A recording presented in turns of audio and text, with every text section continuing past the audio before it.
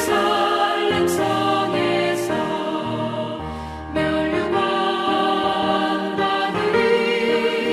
저 요단강 건너 우리 삶 마치는 나르의 면류관 예루살렘 성에서.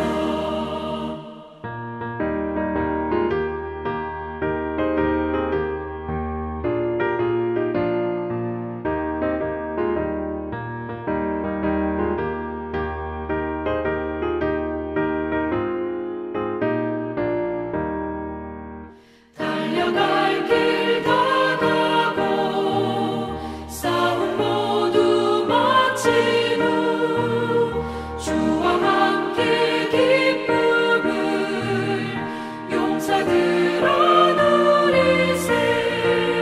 선한 싸움 다 싸우고 의의 면류관 받았으리라. 선한 싸움 다 싸우고 의의 면류관 예루살렘 성에서 면류관 받으리. 저 요단강 건너 우리 싸움 마치는 나르의 면류관 예루살렘 성에서.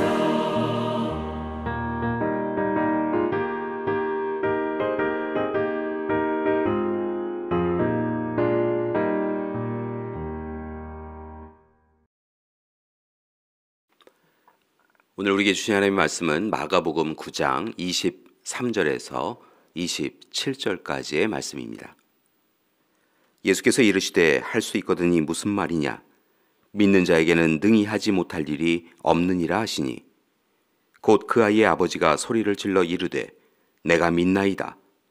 나의 믿음 없는 것을 도와주소서 하더라. 예수께서 무리가 달려와 모이는 것을 보시고 그 더러운 귀신을 꾸짖어 이르시되 말 못하고 못 듣는 귀신아, 내가 네게 명하노니 그 아이에게서 나오고 다시 들어가지 말라 하시매 귀신이 소리 지르며 아이로 심히 경련을 일으키게 하고 나가니 그 아이가 죽은 것 같이 되어 많은 사람이 말하기를 죽었다 하나 예수께서 그 손을 잡아 일으키시니 이에 일어서니라. 아멘. 변화산상에서 예수님의 영광스러운 변화를 보고 은혜를 나눈 베드로, 야고보, 요한은 예수님과 함께 다시 세상으로 내려옵니다.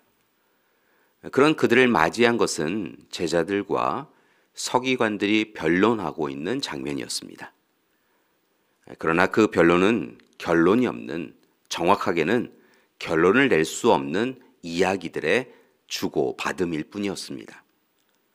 왜냐하면 그들에게는 아무 일도 결정지을 수 있는 권세와 능력이 없었기 때문입니다. 마침내 예수님께서 나타나시자 사람들의 관심은 예수님께로 집중됩니다. 한 사람이 나와 말 못하게 귀신 들린 자신의 아들을 고쳐주시기를 소망합니다. 아들은 귀신이 그를 붙잡으면 거품을 흘리고 이를 갈고 파리해지고 있었습니다. 아마도 간질병 때문에 어려움을 당하고 있었던 것으로 보입니다.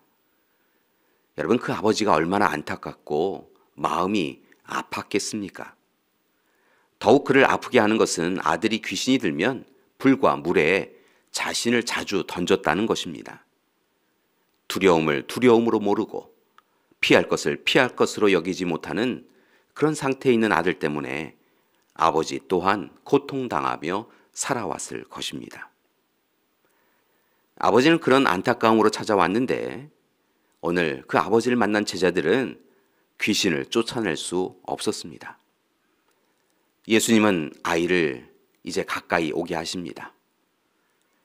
예수님은 23절 말씀에서 놀라운 선언을 하시는데 이렇게 이야기하십니다. 할 수 있거든이 무슨 말이냐? 믿는 자에게는 능치 못할 일이 없느니라. 이렇게 선언하십니다.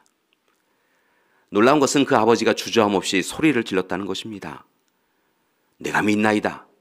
나의 믿음 없는 것을 도와주소서라고 그렇게 외치며 그의 믿음을 선언하고 있었습니다. 절대 주권을 가진 분의 선언을 듣고 그는 확신 가운데 하나님 앞에 믿음에 든든히 서게 해달라라고 간구하였던 것입니다. 예수님은 아이에게서 바로 귀신을 쫓아내십니다. 그리고 말씀을 보니까 귀신은 떠나고 아이는 죽은 것 같이 됩니다. 사람들은 그가 죽었다라고 이야기하는데요. 예수님께서 아이의 손을 잡으시고 일으키시자 그 아이가 일어섰습니다. 제자들은 오늘 말씀의 뒷부분을 보면 이 사건이 모두 종결된 후에 예수님께 나와 조용히 묻습니다. 예수님, 왜 우리는 그 귀신을 쫓아낼 수 없었습니까? 이때 예수님은 조금은 동문서답 하시는 것처럼 이야기하시는데요. 기도 외에는 다른 것이 없다 라고 이야기하십니다. 여러분, 이것은 무슨 의미일까요? 이 말씀을 이해하려면 함께 그 현장에 들어가서 예수님이 그 자리에 오시기 전의 상황을 다시 한번 살펴보아야 할 것입니다. 제자들은 예수님이 오시기만을 기다리며 있었습니다. 그런데 병든 아이를 선두로 아버지와 사람들이 찾아왔고 제자들은 곤란한 상황에 처하게 됩니다. 제자들은 아버지의 청을 들은 이후에 이 일을 어떻게 할 것인가 라고 의논하였을 것입니다. 그리고는 예수님은 많은 사람들을 고쳐주셨는데 그때 어떻게 고쳐주셨는가 라고 하는 것을 기억하였을 것입니다. 마침내 그들은 그들이 할 수 있는 몇 가지 방법을 사용해 보았을 것입니다. 제자들 사이에서도 의견이 분분하였을 것으로 보입니다. 그들은 예전에 예수님께서 데가볼리 지역을 통과하실 때 귀먹고 말 더듬는 사람을 고치신 일을 기억하고 손가락으로 양귀에 넣는 것이 옳은 것 같다라고 이야기하기도 하고 침을 뱉어서 혀에 대거나 손을 아픈 부위에 얹어보는 것이 좋겠다라고 이야기해야 했을 것으로 보입니다. 예수님께서 거라사 광인에게 귀신아 나오라 라고 이야기하신 것처럼 아이에게도 소리를 질러보기도 하였을 것입니다. 그러나 아무 일도 일어나지 않았습니다. 왜였을까요?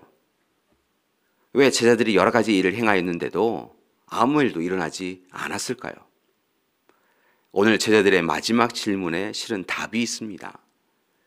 제자들은 예수님이 아이를 낳게 해주신 후에 집에 들어가시자 물었지요. 우리는 어찌하여 능히 그 귀신을 쫓아내지 못하였나이까? 이 말씀을 묵상할수록 참으로 어리석은 질문인 것을 깨닫습니다. 그들은 잘못 생각하고 있었습니다. 그들은 이 시간 예수님의 능력에 주목하는 바람에 정작 아직도 예수님이 누구이신가에 대하여 깨닫지 못하고 있었다는 것입니다. 그들은 여전히 예수님을 수단으로 생각하였지 예수님을 목적으로 여기지 못하고 있었던 것입니다. 그렇기에 예수님의 치유 사건 속에서도 예수님의 능력에 놀랐을 뿐 예수님이 누구이신가에 대하여서는 관심을 가지지 못하고 있었다는 것입니다. 19절 말씀에서 믿음이 없는 세대여 내가 얼마나 너희와 함께 있으며 얼마나 너희에게 참으리요 라고 말씀하신 것은 바로 그런 깨달음이 없는 제자들을 향한 예수님의 질책이셨던 것입니다. 안타까운 것은 제자들만이 아니라 당시 예수님을 따르던 많은 무리들이 예수님을 제대로 바라보지 못하였다는 것입니다. 그들은 단지 예수님의 이적, 기적, 표적에 관심을 가졌습니다. 예수님이 하나님의 아들이시고 그리고 우리의 구원을 위하여 대속제물로 오셨고 이제 우리를 불쌍히 여기셔서 죄사함을 받고 영생을 얻게 하시는 분이라고 하는 것이 그들에게는 여전히 중요하지 않았다는 것입니다. 이처럼 예수님의 삶의 목적은 눈여겨보지 아니하고 오히려 예수님은 자신들의 삶을 위한 수단으로 여기며 살아가는 모습이 말씀 속에 나타나고 있습니다. 그렇게 그들은 아무것도 할 수 없었던 것입니다. 간청하는 아버지의 기도를 들어줄 수 없었던 것이지요. 그런데 실은 이런 부끄러운 모습이 예수님을 목적으로 여기지 아니하고 수단으로 여겨서 예수님을 사용하려고 하는 이러한 부끄러운 모습이 오늘 이 시대를 살아가는 우리에게도 있습니다.